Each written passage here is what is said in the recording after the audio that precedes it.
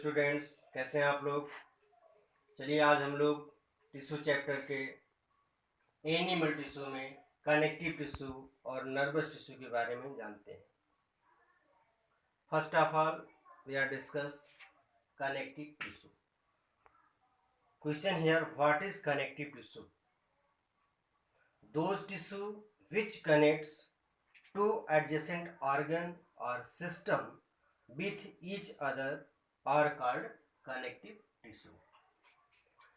लिखा है connects two or more organs और सिस्टम विथ ईच अदर। ऐसा टिश्यू जो सिस्टम को, दो ऑर्गन्स को कनेक्ट करता है, वही कनेक्टिव टिश्यू कहलाता है।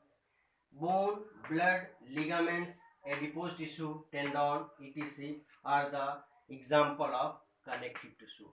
ये सब कनेक्टिव टिश्यू के एग्जाम्पल होते हैं। First, blood.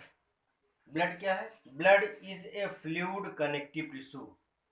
अगर आपसे फ्लूइड कनेक्टिव टिश्यू पूछा जाए तो वहां पे आप ब्लड बोलेंगे। ब्लड क्या है? It is a fluid connective tissue. About 60% part of blood is plasma and 60% part is called blood cells. The blood cells consist of RBC, WBC, blood platelets, etc. RBC helps in transport of oxygen due to presence of hemoglobin, but there is no nucleus are found in RBC. WBC stands for white blood cells, produce antibody to improve the immunity of our body, and the blood platelets helps in blood coagulation or blood clotting. When injury occur, then the injured blood platelets secretes enzyme for blood clotting, which makes blood clot and bleeding becomes stopped. Blood makes 8% part of total body weight. किसी भी person का जितना body weight होगा उसका 8% part क्या होता है? Blood होता है। It is about 5 to 6 litre blood in our body. Next example, ligaments. Ligaments is a connective tissue which connects two adjacent bone. Means ligaments are found between two bone. यहाँ पे बोल सकते हैं लिगामेंट्स दो bone के बीच में पाया जाता है, या दो बोन को कनेक्ट करने वाला कनेक्टिव टिश्यू क्या है? Ligaments. Next, tendon. Tendon is also a connective tissue. It connects bone to muscles. ये बोन और मसल्स के बीच में होता है। It is less flexible. Bone और मसल्स के बीच में ये लेस फ्लेक्सिबल होगा, जबकि लिगामेंट्स आर मोर फ्लेक्सिबल। जैसे ये बोन है, इसके ऊपर मसल्स है, तो यहाँ जो टेंडन है, बोन और मसल्स का कनेक्शन है। बेटा यहाँ की जो बोन है, यहाँ पे जो कनेक्टिव टिश्यू टेंडन होता है। क्यों? क्योंकि जो ये रेडियस अल्ना है, ये मसल से जुड़ी हुई है, किसके द्वारा? टेंडन के द्वारा। आप ये कह सकते हैं कि दो बोन और मसल्स को जोड़ने वाली कनेक्टिव टिश्यू क्या है? टेंडन। जबकि बोन को बोन से जोड़ने वाले कनेक्टिव टिश्यू क्या बोलते हैं? लिगामेंट्स। ओके। बोन क्या है? About 206 bone are found in our body. It provides definite shape of our body. It forms framework of our body. Bone जो होती है वो स्केलेटल सिस्टम का फॉर्मेशन करेगी। बोन के द्वारा ही हमारे बॉडी का शेप फिक्स होता है, और बोन हमारे बॉडी के फ्रेमवर्क को फॉर्म करता है। Means the shape of body is confirmed by bone. Okay.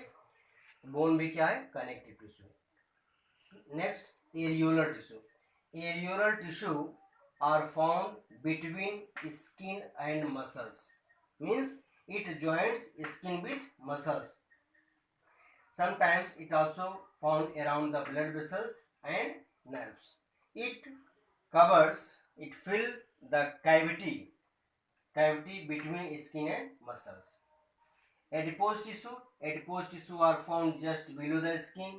It helps in storage of fatty substance. Question here, where fatty substance are stored in our body, which connective tissue are stored fat in our body? Your answer is adipose tissue. So you can say different example of connective tissue: blood, ligaments, tendon, bone, irregular tissue and adipose tissue.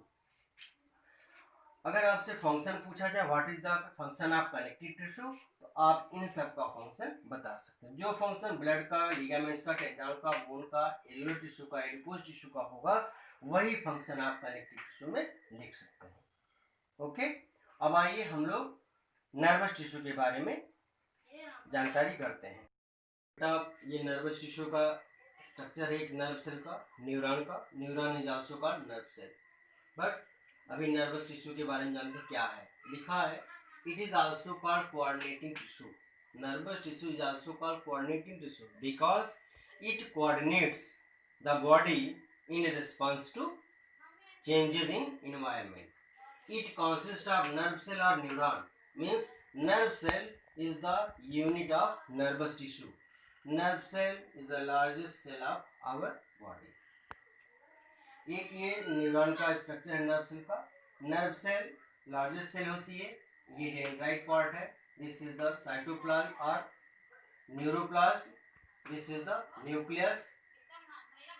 Means a nerve cell is consist of three main parts: dendrite, cyton, axon and nerve ending.